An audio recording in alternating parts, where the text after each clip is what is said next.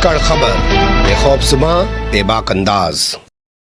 धाकड़ खबर में आपका स्वागत है। मैं आपके साथ हूं अकरम रईस खान। वैश्विक हलचल, जी हां, वैश्विक हलचल का वो ताजा बुलेटिन लेकर एक बार फिर से आपके सामने हाजिर हो चुके हैं, जिसमें बात करते हैं देश दुनिया ने गाजा, फिलिस्तीन, इजराइल, ईरान, लेबनान, सीरिया, रूस और यूक्रेन की खास तौर पर। और इसके अलावा दुनिया में जो कुछ घटता है उससे भी आपको विशेष रूप से रूबरू कराने का करते हैं प्रयास, क्योंकि इन तमाम मुद्दों पर बातचीत करने के लिए हमारे साथ जुड़ जाते हैं कृष्णकांत जी एनके जी, जो भारतीय वायुसेना के रिटायर्ड ऑफिसर हैं और जियो पॉलिटिक्स पर वाकई में अपनी पैनी ही नहीं गहरी नजर भी रखते हैं। बहुत शुक्रिया सर वक्त देने के लिए। थैंक यू मिस्टर अक्रम। कल हमने बात की थी कि स्पेन के साउथ स्पेन इलाके में इस्लामोफोबिया से जुड़ा हुआ कोई मामला सामने आ रहा है, लेकिन आज फिर से एक बार हमें स्पेन की बात करनी पड़ेगी, क्योंकि यहाँ की ऐतिहासिक मस्जिद में आग लगने की वारदात सामने आई है। यह हादसा है या कोई हमला है? अभी तक ऐसा लगता है कि यह हादसा ही है, कोई हमला नहीं है, क्योंकि वहां के मेयर ने कहा है कि यह कारण जो है मुख्य रूप से किसी स्वीपिंग मशीन यानी सफाई करने वाले मशीन में शॉर्ट सर्किट के कारण हुआ था। बड़े छोटे स्तर पर आग लगा है, 2-3 आर्टिफैक्ट्स जो होते हैं उनके जो सामान है वो जल गए और छत कुछ डैमेज हुआ है, एक रूम का मतलब लिमिटेड डैमेज हुआ है। तो ये 7 तारीख को हुआ, 8 तारीख को हुआ, माफ कीजिएगा, और 9 तारीख को फिर से खुल भी गया आम जनता के लिए। हालांकि यह यूनेस्को का वर्ल्ड हेरिटेज है, यानी महत्वपूर्ण जगह है। तो यदि कुछ और भी घटना होगी इससे संबंधित है तो बाद में सामने आएगा, लेकिन अभी तक की जहां की स्थिति की बात है, इसको हम लोग यह मान के चले कि यह एक हादसा ही है, ना कि जानबूझ के इसमें आग लगाया गया है। जी, चार के पूर्व पीएम और विपक्ष के नेता को 20 साल की सजा कहां सुना दी गई सर? ये पूर्व पीएम कुछ महीनों के लिए थे, 4 या 5 महीने के लिए थे, चार्ड की बात कर रहे हैं तो। और ये जो हैं, ये काफी हद तक वहां के जो सेना का जो राज था उसके खिलाफ क्रिटिक रहे और काफी हद तक लड़ते रहे हैं। तो पिछले साल जनवरी से मई में वहां के जो सेना के अधिकारी थे, जो देश को चलाते थे, वहां के मतलब डिक्टेटर कहें या राष्ट्रपति कहें, उन्होंने इस विपक्षी नेता को, देखिए कितनी चालाकी से, इनको प्रधानमंत्री बना दिया। यानी जनवरी से मई, फरवरी, मार्च, अप्रैल, मई, 4 महीने के लिए बना दिया है।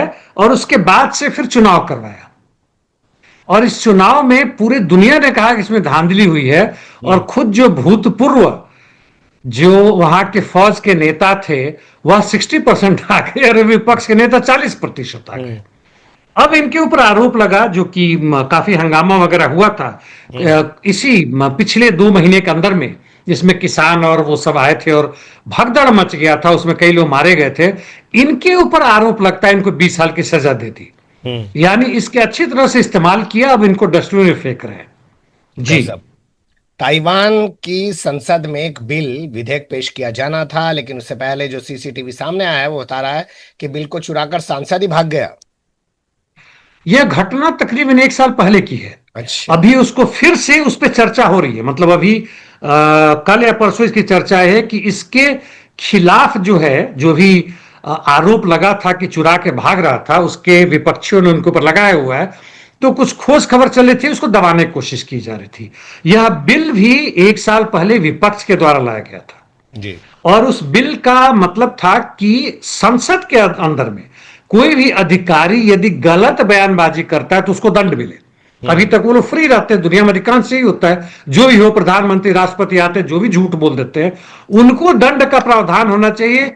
और यह नहीं चाहता था जो सत्ता में है कि किया जाए, और वह सांसद उठा के भाग रहा था, मतलब उसको रोकने के लिए। और इसके खिलाफ जो कार्रवाई चल रही है, चल भाई 1 साल तकरीबन हो गया, क्या हो रहा है? तो यह अभी ताइवान के संसद का, एक तरह से कहें, या पूरी दुनिया भर के संसद, यानी जो भी जुडिशियरी हो या पार्लियामेंट हो, वह इस बुर्जुआ सोसाइटी में किस तरह से भद्दा मजाक है। अभी आपने चाड की बात की, कहीं दूर दराज ताइवान की बात हो रही है। दुनिया भर में यह नजारा आपको दिखेगा भिन्न भिन्न तरीकों से। जी, हमने अपने यहाँ भी देखा है, दिल्ली के सीएम को उठा के जेल में डाल दिया, झारखंड के उठा के सीएम को जेल में डाल दिया। तो जो तानाशाही सत्ताएं हैं वो लोकतंत्र के आड़ में किस तरीके का खेल खेलती हैं पूरी दुनिया में जग जाहिर है। बात कर लेते हैं बांग्लादेश की। यहाँ से शेख हसीना भाग गई थी साल भर पहले जान बचा के। डॉक्टर यूनूस यहाँ की सत्ता चला रहे हैं कार्यवाहक पीएम के तौर पे। अब कह रहे हैं साहब मैं फरवरी में चुनाव करा दूंगा। तो जब चाड़ में ऐसा चुनाव हुआ है तो यहाँ कैसा चुनाव होगा सर? जहां तक जो मुख्य चुनाव लड़ने वाली हैं शेख हसीना, उनकी पार्टी जहां तक है, उसको तो इन्होंने बैन कर दिया, वो चुनाव नहीं लड़ेंगे। तो खुलेआम है कि खालिद जिया जो हैं या जो इनके समर्थन में हैं, जो अमेरिका या इंग्लैंड परस्त है, वही चुनाव लड़ेंगे और वही चुनाव जीतेंगे। चुनाव का क्या मतलब है, केवल भारत ही नहीं, दुनिया के अन्य जगहों में भी बेईमानी हो चुका है। यदि चुनाव के प्रक्रिया में धांधली ना हो तो जिस तरह से पैसे देके वहां के इलेक्शन कमीशन को खरीद के विपक्ष के खिलाफ आरोप लगा के उसको जेल में डाल के, जैसे रोमानिया में हुआ, मुल्दोवा में हुआ, अफगानिस्तान में जब तक अमेरिका था वहां पे किया गया, हर जगह ये सामान्य पाकिस्तान चीज में है। जैसे हाँ, इमरान खान को जेल में डाल दिया, उनकी पार्टी को प्रतिबंधित कर दिया। जी बिल्कुल। और हमारे चंडीगढ़ में जो मेयर का चुनाव हुआ और उसको कोई सजा नहीं मिली, जो खुलेआम आ रहा है, सुप्रीम कोर्ट ने शर्मा की केवल उसको खारिज कर दिया, उसको तो कम से कम 5 साल की अंदर जेल होनी चाहिए थी। खैर, जहां तक बांग्लादेश की बात है, तो यूनुस खान मतलब मोहम्मद यूनुस एक वो अपनी कह रहे हैं कि बड़ा अच्छा काम कर रहे हैं, पहले अप्रैल में होने वाला था, फरवरी में ही करवा रहे हैं। लेकिन इसका मुख्य कारण है कि अमेरिका और ये लोग दिखाना चाहते हैं कि वह प्रजातंत्र है। हालांकि दूसरे विपक्ष के या विपक्ष के जो बहुत बड़ी पार्टी, उसको चुनाव नहीं लड़ने दिया जाएगा। और दूसरे दिखाने की कोशिश कर रहे हैं, जो जनता का विश्वास खत्म होता जा रहा है, खासकर बेरोजगारों और विद्यार्थियों के बीच जो विश्वास खत्म होता जा रहा है कि हमने बांग्लादेश में क्रांति की थी या मजाक था, उसको फिर से कहीं ना कहीं एक दरकिनार करके, शंट करके, जैसे ट्रेन बड़ी तेजी से जा रही है लेकिन पीछे के पैसेंजर मालगाड़ी को आगे बढ़ाना है, तो इसको शंट कर देते, तो इसको शंट किया जा रहा है ताकि अब मूवमेंट की बात ना करें। भाई एक चीज और बता दूं कि 14 अगस्त को, 15 अगस्त को हमारा स्वतंत्रता दिवस है, 14 अगस्त को पाकिस्तान का है, और पाकिस्तानी झंडे फहराने के लिए बड़ी बिक रहे हैं, करीब 1200 से 1400 बिक रहे, अधिक दाम में। और वह पाकिस्तान की बात नहीं कर रहा हूं मैं, ढाका और बांग्लादेश की बात कर रहा हूं। यानी वहां पे इस तरह की ताकतें, 1200-1400 पूरे बांग्लादेश के लिए खासी कोई खास मतलब नहीं मिलता, करोड़ों की आबादी है, लेकिन वहां एक प्रवृत्ति बढ़ रही है कि वह फिर से भारत बांग्लादेश को एक करने की तरफ आ रहे हैं, या इस तरह की दोस्ती में बदलेंगे कि भारत को घेरने की बात हो। भारत बांग्लादेश को या पाकिस्तान बांग्लादेश को? सॉरी, पाकिस्तान बांग्लादेश को, भारत को दरकिनार कर रहे हैं, माफ कीजिएगा।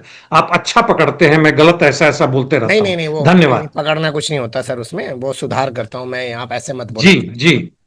मैं कहाँ और आप कहाँ। खैर, अब आप बात करते हैं, लेकिन आपने जब चुनावी प्रक्रिया, चुनाव आयोग का जिक्र किया, तो राहुल गांधी के एटम बम की तो चर्चा होनी चाहिए ना, जो उन्होंने फोड़ा है।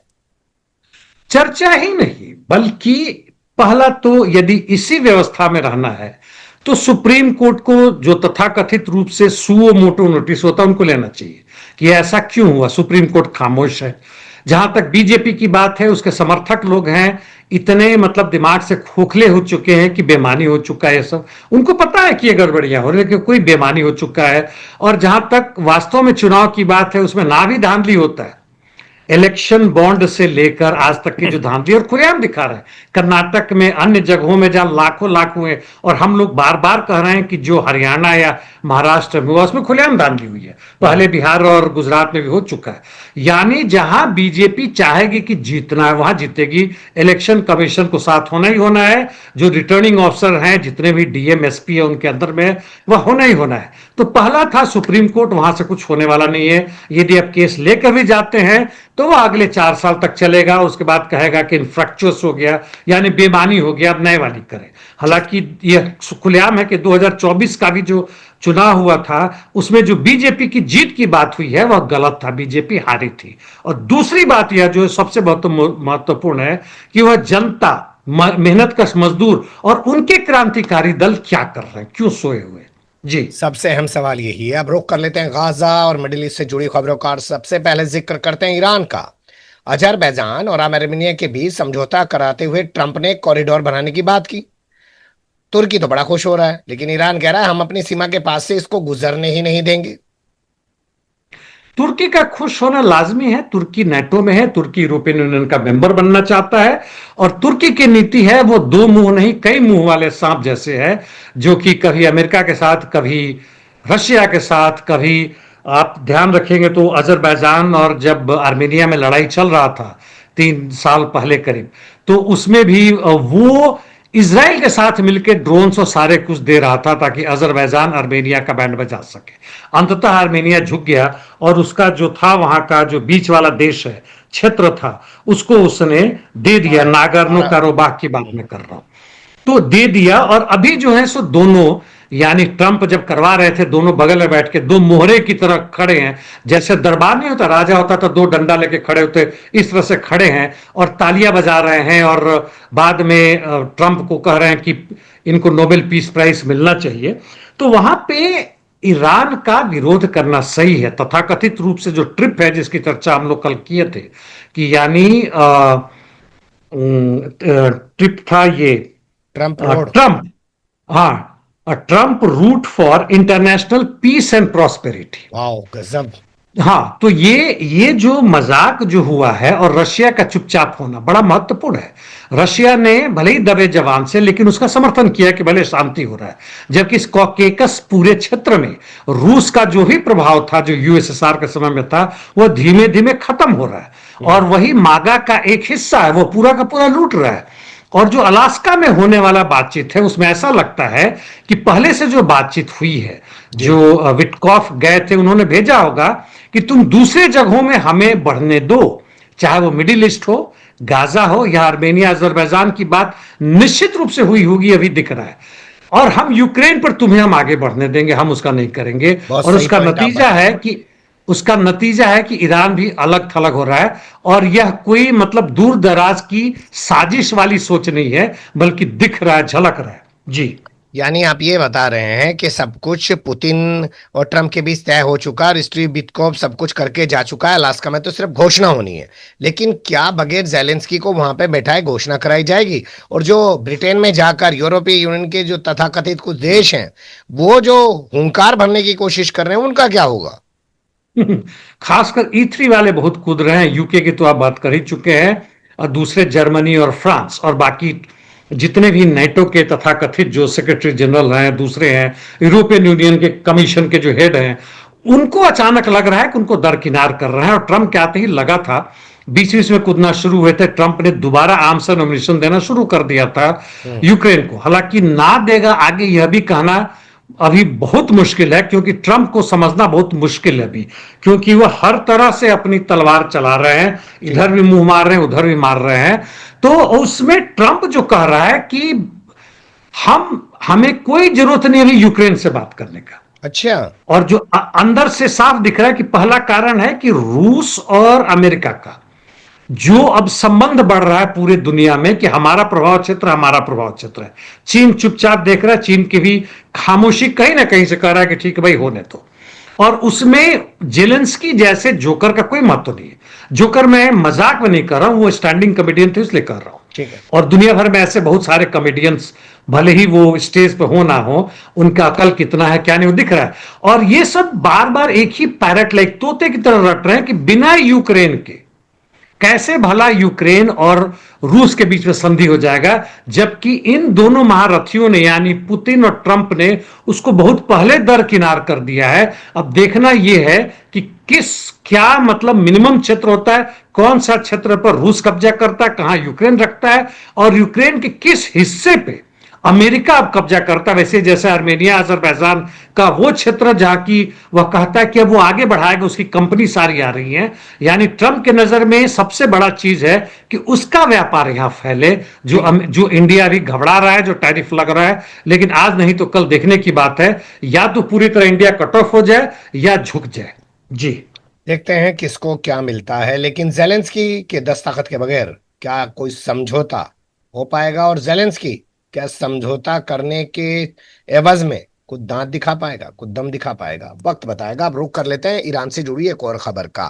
खबरें चल रही हैं साहब, इजराइल से अपने परमाणु वैज्ञानिकों को बचाने के लिए ईरान ने उन्हें कहीं खुफिया स्थान पर छुपा दिया है।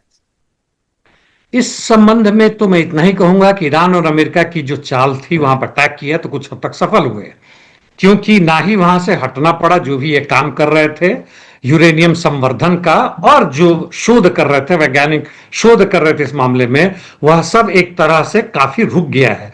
दूसरे, ये जो पढ़ा रहे थे, नए वैज्ञानिक पैदा कर रहे थे, वह भी मुश्किल हो गया। इनके जगह पे वैसे लोग हैं क्योंकि पढ़ाना भी इनका काम है, प्रोफेसर हैं, साइंटिस्ट है लोग। तो वैसे लोग आ रहे हैं जिनको इतनी ज्ञान नहीं होगी। हाँ, मैं ये समझता हूं कि ईरान चुपके से जो नए जगह पे लोग गए हैं, वहां से हटा के लोग राजधानी में आ गए, जहाँ डिफेंस बहुत मजबूत है, और कुछ अज्ञात जगहों में जहां गए हैं, वहां निश्चित रूप से वैसे वैज्ञानिक आ रहे होंगे जो बहादुर भी हैं, हिम्मत के साथ साथ इतने ज्ञानी भी हैं कि इस चीज को समझ सके, ताकि जो ज्ञान ईरान ने अर्जित किया है परमाणु अस्त्र बनाने या परमाणु ताकत का उपयोग करने के लिए शांतिपूर्ण तरीके से, उसको आगे आने वाले जनरेशन को दे सके, नहीं तो वह सब खत्म हो जाएगा। जी चलिए अब रुक करते हैं लेबनान का। हिजबुल्लाह का एक धमाका हुआ हथियारों में और उसके बाद 6 फौजी मारे गए लेबनान के, एक घटनाक्रम ये। और दूसरी तरफ लेबनान के विदेश मंत्री खुलकर बोल रहे हैं कि ये हिजबुल्लाह को जो निरस्त्रीकरण डिमिलिटराइज करने की बातें हो रही हैं, ये इजराइल और अमेरिका के कहने पर हो रही हैं। तो क्या लेबनान की जनता नहीं चाहती है, वहां की सरकार नहीं चाहती है? ये जो दूसरा वाला आपका भाग है वो बड़ा महत्वपूर्ण है। इनफैक्ट ब्रेकिंग न्यूज हर जगह आना चाहिए, इंडिया के भी टीवी चैनल से आना चाहिए, पता नहीं आता कि नहीं आता है। मैंने वीडियो देखा, हालांकि वह उनकी अपनी भाषा में था, लेकिन अंग्रेजी का सब टाइटिल था, तो इसलिए मैं समझा। जीओपी वॉच, पी मतलब जियो पॉलिटिकल वॉच करके कोई टीवी है, और जिसमें जो महिला एंकर है वो पूछ रही कि साफ साफ पूछ रहे डिफेंस मिनिस्टर से कि क्या आप यह कह रहे हैं डिफेंस कि, मिनिस्टर सर, मैंने विदेश मंत्री बोल दिया शायद उनको। हाँ डिफेंस मिनिस्टर ही शायद, तो विदेश मंत्री भी बीच में कंफ्यूजन हुआ था, कोई बात नहीं, हम्म। डिफेंस मिनिस्टर मान के चले, या विदेश मंत्री, तो क्या अंतर पड़ता है। तो उनसे साफ साफ पूछ रही हैं कि भाई आप बताइए कि क्या ये अमेरिका और इजराइल का ऑर्डर है। तो पहले कहते हैं कि नहीं उनका इंफॉर्मेशन है, तो पूछते कि इंफॉर्मेशन है क्या मतलब है। तो नहीं, उनसे मिलके हो रहा है, जो ग्रुप है, जो ये सब मिलके हैं, इन लोगों ने डिसाइड किया। अंततः वो कहते हैं कि हाँ ऑर्डर है, वो मानते हैं कि ऑर्डर है, तो बहुत बड़ा ब्रेकिंग न्यूज है। यानी ये लोग डिसाइड करते हैं, और इसी के चक्कर में जो यूनिफिल है, यानी यूनाइटेड नेशंस का जो पीस मेकिंग वहां पे है, दक्षिणी लेबनान जिसकी आपने चर्चा किया, वो जाते हैं और उस इंफ्रास्ट्रक्चर को तोड़ने की कोशिश करते हैं जो हिजबुल्लाह का है। और वहां काफी भारी मात्रा में बारूद, कुछ रॉकेट, अनयूज्ड रॉकेट, और इम्प्रोवाइज्ड एक्सप्लोसिव वो डिवाइसेस मिलते हैं, आईडीज मिलते हैं, और उसमें एक्सप्लोशन होता है। अब वो हिजबुल्लाह ने दूर से करा है कि खुद ब खुद हुआ नहीं पता, और उसमें इसके 6 मारे जाते हैं। तो सीन यह साफ है। और जो कल परसों भारी मात्रा में हिजबुल्लाह के समर्थन में, जो आपने एक और बात कही कि क्या लेबनान की जनता नहीं चाहती, तो भारी जबरदस्त समर्थन हुआ था हिजबुल्लाह के समर्थन में जी। और ईरान ने भी साफ कह दिया है कि यह गलत चीज है। लेकिन ईरान कहने का कोई खास मतलब तब तक नहीं होता जबकि ईरान मदद ना कर सके। और उस समय जब इकट्ठे सबको आके लड़ना चाहिए था, जबकि इनका पलड़ा भारी था, तब ये लोग टुकड़े टुकड़ों में लड़ते रहे। खैर इसकी हम चर्चा पहले भी कर चुके हैं। तो जहां तक हिजबुल्लाह की बात है, उनके जो चीफ लीडर हैं, जो पॉलिटिकल या जो भी जब उनके सुप्रीमो, उन्होंने साफ कहा है हम इसके लिए तैयार नहीं है, हम तब तक हथियार नहीं डालेंगे जब तक कि हमें स्वतंत्रता नहीं मिलती है, इजराइल के द्वारा कोई भी बीच में हस्तक्षेप नहीं होता है। और संभवतः उन्होंने पैलेस्टीन की स्वतंत्रता की बात और स्टेट की बात की है, और जो कि हाल फिलहाल में होने वाला नहीं है, वह तो साफ नजर आ रहा है जो नेतन्याहू ने कहा है। तो यह संघर्ष, जहां तक पैलेस्टीन के जनता के दुख और यहां तक कि लेबनान की बात है, वह बहुत लंबे समय तक चलने वाला है। जी जो गाजा पे कब्जे की बातें हो रही हैं सर, कल यूएनएससी की मीटिंग होने वाली थी, नहीं हुई, आज शाम को होगी, लेकिन पूरी दुनिया में जिस तरीके से विरोध देखा जा रहा है, खासकर इसराइल के अंदर जो लोग सड़कों पर निकले और सेना से कह रहे हैं कि वहां लड़ने के लिए मत जाओ। बेजलेल स्मोट्रिच जो वित्त मंत्री है वो कह रहा है मुझे नेतन्याहू पे भरोसा नहीं है, ये कह जरूर रहा है कब्जा करेगा लेकिन ये फिर जंगबंदी करके बैठ जाएगा। तो ये जो चल रहा है इसराइल के अंदर, क्या वहां की जनता जो है श्रीलंका और बांग्लादेश की तरह काम नहीं कर सकती, जैसे वहां के नेता भाग गए थे, नेतन्याहू को नहीं भगा सकती? इतना जब गुस्सा है तो क्यों नहीं हो रहा है वो? देखिए, जनता के गुस्सा और उनका प्रतिरोध जिस रूप में हो, सड़कों पे आ रहे हो या आगजनी भी कर रहे हो, कई जगह होता है, या धरना दे रहे हैं। बहुत बड़ा इसका उदाहरण है वह हांगकांग में जब हुआ था, 6 महीना तक जनता बड़ी जबरदस्त रूप से लड़ी थी, खासकर विद्यार्थी वगैरह। लेकिन वह पूरी चीनी पूंजीवादी सत्ता के खिलाफ लड़ रहे थे, वो उनकी जीत नहीं हुई। और वैसे ही हमने फ्रांस में भी देखा है, येलो वेस्ट करके था। भारत में हमारे जो किसानों की थी, लड़े, कुछ जीते भी, लेकिन उनका जीत एक तरह से कहें तो हार में बदल गया, क्योंकि बड़े बड़े यहाँ के पूंजीपति वही कर रहे हैं जो पहले चाहते थे, यानी फार्म में, एग्रीकल्चर में उनका प्रवेश है। तो जनता के इस गुस्से का, इस उभार का, इस विद्रोह का मैं कहूंगा तभी सही चैनलाइज होगा जबकि एक क्रांतिकारी पार्टी हो, जो इजराइल में नहीं है। क्योंकि काफी करके भी आपको याद होगा 1971-70 में जब वियतनाम में जबरदस्त लड़ाई चल रही थी, और जब अमेरिकी वहां सेना घुसी थी, तो अमेरिका में 60-70% जनता चाहती थी कि अमेरिकी सेना वापस आए, और बड़ी भयंकर विरोध हुआ था। लेकिन अमेरिकी जो साम्राज्यवादी नीति थी वह नहीं बदला, क्योंकि हम चुनाव लड़के हमें जो करना चाहेंगे वो करेंगे। हालांकि अभी जो आप कह रहे हैं, पूरे इजराइल में जनता, यदि सेटलर्स को छोड़ दे और कोई जो एक्सट्रीम राइटिस्ट उनको छोड़ दे, पूरी जनता इसका विरोध कर रही है, हजारों नहीं लाखों की संख्या में विरोध कर रही है। यहां तक कि सेना के चीफ ने कहा है, जनता जो करी बात है, सेना के चीफ कह रहे हैं कि भाई यह बस की चीज नहीं, हमारे लिए बहुत मुश्किल होगा, हमें इसके लिए डबल सेना चाहिए, मिल नहीं दे रहा है।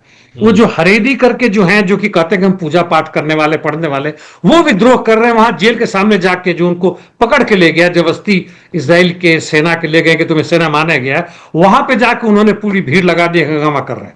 इजराइल की स्थिति ठीक नहीं है, वैसे ही यूक्रेन में जैसे हो रहा है। लेकिन इसके बावजूद भी चूंकि अमेरिका है, उसकी सेना है, जरूरत पड़ेगा तो अमेरिकी सेना भी आएगी, और पूरे गाजा को 6 महीना हो, साल भर में हो, अनलेस की रशिया, चाइना की तो मुझे डाउट है, रशिया इस अलास्का में या अगले मीटिंग में जो होता है उसमें साफ यह अपनी, जो कहते हैं कि अपनी पैर पृथ्वी में गाड़ दिया, टस से मस नहीं होगा कि तुम गाजा को फ्री करो, और या ईरान समर्थित सारे के सारे अभी भी जो ताकत बचती है, जितने भी इनके रेसिस्टेंस फोर्सेज है, खुद लड़े, तब एक बात कुछ और बनती है। पूरे अरब देश की जनता विद्रोह कर देती है अपने मालिकों के, मालिक या राजा जो भी है, तब तक हमें कुछ अभी निदान नजर नहीं आ रहा है। जी बिल्कुल, आपने सच बात यही कही है कि जब तक जनता सच में जो अपना गुस्सा है उसको जाहिर करने के लिए और इनके सिंहासन को हिलाने के लिए उठ खड़ी नहीं होती है, तब तक कुछ होता हुआ निदान नहीं दिख रहा है। अब रुक कर लेते हैं ट्रंप महान, यानी कि महान हम ट्रंप को क्या कहते हैं आप जानते हैं, उनसे जुड़ी खबरों को लेकर। यूसीएलए पर $1 अरब मांगने का क्या मामला है सर? मैं कहूंगा सीधे गुंडागर्दी है। यूसी जहां तक है, यूनिवर्सिटी ऑफ कैलिफोर्निया जो लॉस एंजलिस में, उसकी बात है, यूसीएलए। तो ट्रंप गवर्नमेंट ने इनके ऊपर आरोप लगाया है कि तुम हमारे कानूनों को तोड़ रहे हो, यानी तुम डिस्क्रिमिनेशन कर रहे हो ज्यूज के खिलाफ, यहूदियों के खिलाफ, और जो अमेरिकी संविधान इसकी इजाजत नहीं देता है। और उनका तथाकथित है, जो मैं ढूंढ रहा हूं, वह इक्वल प्रोटेक्शन क्लॉज है, और दूसरा है टाइटल 6 है कुछ, जिसमें सिविल राइट्स है। और यही आरोप इन्होंने कोलंबिया और ब्राउन यूनिवर्सिटी पर लगाया, तो वो लोग बेचारे झुक गए और उन्होंने दिया 200 मिलियन और 50 मिलियन उन्होंने दिया। हालांकि यूसीएलए के जो चीफ है वो कह रहे हैं कि हम कोशिश कर रहे हैं कि हमारी जनता, हमारे स्टूडेंट ना करें, लेकिन यह खुलेआम गुंडागर्दी है, हम वो पैसा नहीं देंगे। यहां तक यहाँ के जो कैलिफोर्निया के जो गवर्नर है वो कह रहे हैं कि I will fight like hell, यानी मैं बिल्कुल जहन्नुम जैसा, मतलब पूरे नरक जैसा लड़ूंगा। तो तुम नरक और स्वर्ग जैसा लड़ो से कुछ नहीं होगा, व्यक्तिगत रूप से नहीं होगा, जनता उठ खड़ी हो। और यह खुलेआम ट्रंप लूट रहा है, इस यूनिवर्सिटी में तुम्हें पैसा देना है और तुम उसको बर्बाद कर रहे हो, पूरा एजुकेशनल जो उसका बेसिस है वो बर्बाद कर रहे हो। पैसा तो बंद कर ही चुके, बल्कि उससे तुम लूट रहे हो। इस हद तक हो गई कि जो सड़क के किनारे भिखमंगे आते हैं, वहां से जाके पुलिस उनसे चंदा लेती है, वो स्थिति आ गई, और जबरदस्ती लेती है। जी भाई वो कमाते हैं तो पुलिस को तो देना बनता है। वैसे आप समझ सकते हैं कि जो यूनिवर्सिटीज को तबाह करने की कोशिश अमेरिका में की जा रही है, वो इसलिए नाम है यहूदी विरोध का, तो ताकि लोगों को अनपढ़ रखा जा सके, और जब लोग अनपढ़ कुपढ़ होंगे तो उन पर लंबे समय तक, इतिहास उठा के देखिए हमारे यहाँ का भी 5,000 साल तक कैसे गुलाम बना के रखा गया, वैसे रखा जा सकता है। खैर, अब अगला अपडेट आपके सामने रखते हैं। न्यूयॉर्क के टाइम्स स्क्वायर पर फायरिंग, कई लोग घायल, तो कहीं भी कोई सुरक्षित नहीं अमेरिका में सर। टाइम स्क्वायर, और अभी वहीं पर अभी हाल फिलहाल मैंने न्यूयॉर्क में, वहां पे अभी घोषणा किया गया था कि न्यूयॉर्क में सबसे कम गन फायरिंग होता है, वो कल्चर नहीं है। और जहां तक स्क्वायर की बात है, न्यूयॉर्क टाइम स्क्वायर की बात है, वहां तो बिल्कुल कभी होता नहीं है। और दो लड़के आपस में लड़ रहे हैं और गोलियां चला दी, यानी बंदूक लेके आया। उसको बंदूक लाने का कोई अधिकार नहीं था। 17-18 साल का लड़का वो पकड़ा गया है, तो 2-3 लोग घायल हुए, लकली कोई गंभीर नहीं, किसी के पैर में लगा है, एक महिला के थोड़ा सा गर्दन में टच होते हुए निकल गया है। तो वो गन कल्चर से पूरे अमेरिका अभी उस हद तक मैं कहूंगा कि टिपिंग पॉइंट नहीं आया कि जहां से वो विस्फोट होने लगे। और वहां पे अमेरिकी जनता को सोचना पड़ेगा, तथा कथित रूप से वहां से अमेरिकन कम्युनिस्ट पार्टी है, communist party of United states of America है, ये लोग क्या कर रहे हैं। और जहां तक टी पार्टी है, ग्रीन पार्टी है, जिसकी बात मैं कल भी किया था, आपने पूछा था आप इनसे क्यों खफा हो रहे हैं, तो इनको इससे कुछ लेना देना नहीं है। ये अपना दरकिनार रहते हैं कि भाई जो वातावरण है, क्लाइमेट है, उसको बचाओ। और कभी कभी जुलूस निकाल लेते हैं, ठीक है, हंगरी में ऊंट लेके निकल लिया। ये लोग भी काफी अच्छे कपड़े पहन के ढोल बजाते हुए, नगाड़ा करते हुए, तुतुड़ी बजाते हुए निकलते हैं, बड़े खुश होते हैं, फोटो वीडियो आता है, अपने घर चले जाते हैं, दारू शुरू पी के फिर सो जाते हैं। जी बिल्कुल आपने सच्चाई बयान कर दी है कम शब्दों में। बहुत शुक्रिया, बहुत बारीकी से आपने तमाम चीज़ पर रोशनी डाली। फिर आपके साथ किसी और मुद्दे पे जुड़ने की कोशिश करेंगे। धन्यवाद sir. Thank you mister Akram.